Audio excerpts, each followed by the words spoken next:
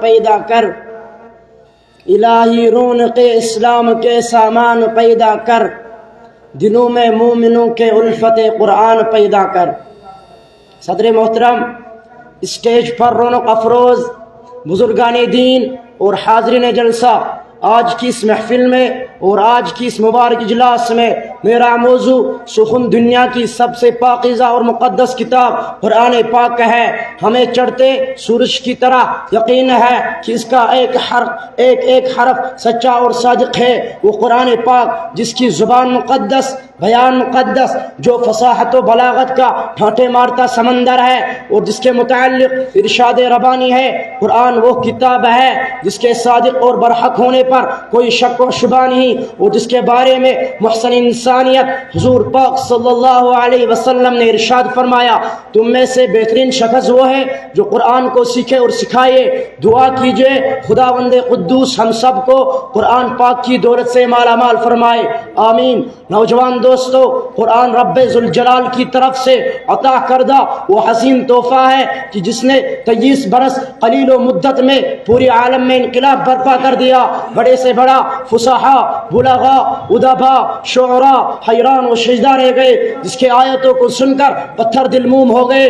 یہ وہ قرآن ہے جو رہتی دنیا تک انسانوں کے لیے سراپا ہدایت و رحمت ہے۔ یہ وہ قرآن ہے جس نے رسول صلی اللہ علیہ وسلم کی رسالت کو اعزاز بخشا۔ یہ وہ قرآن ہے جس نے پسماردہ قلوب کو تازگی بخشی۔ ہاں یہ وہ قرآن ہے جس کی برکت سے جنات و شیاطین کو آسمانوں پر جانا بند ہوا۔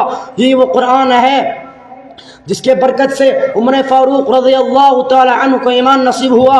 یہ وہ قرآن ہے جو سچا اور امانت داری کا درس دیتا ہے۔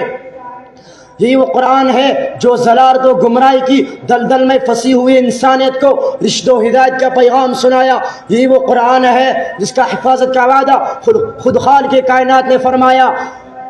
یہی وہ قرآن ہے جس کی تلاوت میں دلوں کے واسطے فرحت و بشاشت کا سامان ہے۔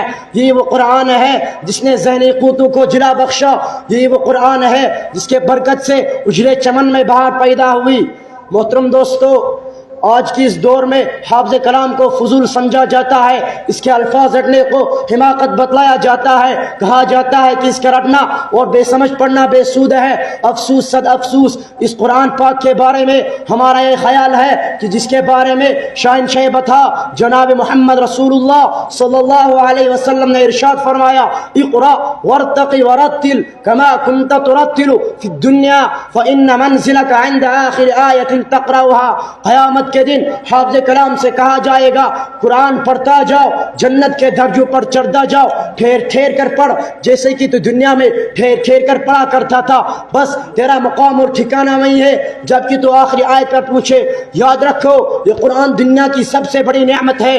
آسمان، زمین، چاند، سورج، کوئی اس نعمت کا مقابلہ نہیں کر سکتی۔ یہ قرآن رب کائنات کا مقدس اور عظیم کلام ہے، اور کیوں نہ ہو جبکہ اس کا اتارنے والا وہ بھی امین، اور جس کے ذریعے اتارا گیا وہ بھی امین، اور جس پر نازل ہوا وہ بھی امین، اور جس مقام پر نازل ہوا وہ بھی امین، اور جس سال میں نازل ہوا وہ تمام سالوں میں افضل، اور جس رات میں نازل ہوا وہ ہزار راتوں میں بہتر۔ مسلمانوں، قرآن کریم وہ عظیم برکت اور سعادت ہے جو روح خداوندی اور معدن حیات اور سر چشم زندگی ہے۔ وہ عرب قوم جو پشت سے مردوں چلی آ رہی تھی، دنیا جس کو ذلیل اور حقیر جانتی تھی، کوئی ان کو اونٹ کے مینگنیوں میں کھیلنے والا سمجھتا، کوئی ان کو جاہلین مکہ کہتا، کوئی ان کو جاہل مکہ کہتا، لیکن جب قرآن آیا جن کا نام جہلۂ عرب تھا صحابہ کرام ہو گیا، اور جن کو نفرت سے یاد کیا جاتا تھا ان کو رضی اللہ عنہم ورضوا عنہ کا اعزاز ملا۔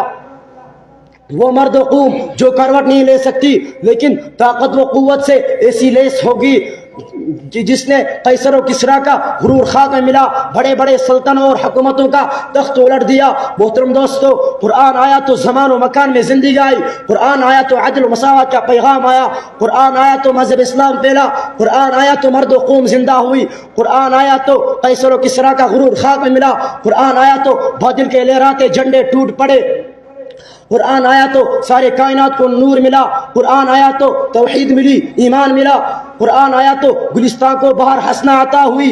ہاں ہاں مجھے کہنے دیجئے، قرآن آیا تو روشنی آئی، قرآن آیا تو تاریک افور ہوئی، قرآن آیا تو توڑتی انسانیت کو حقوقی ملی، قرآن آیا تو ضلالت و گمراہی کی وادیوں میں بھٹکتے ہوئے انسانیت کو در و غم ملا، قرآن آیا تو دوستو سب کچھ ملا۔ وما علینا الا البلاغ المبین۔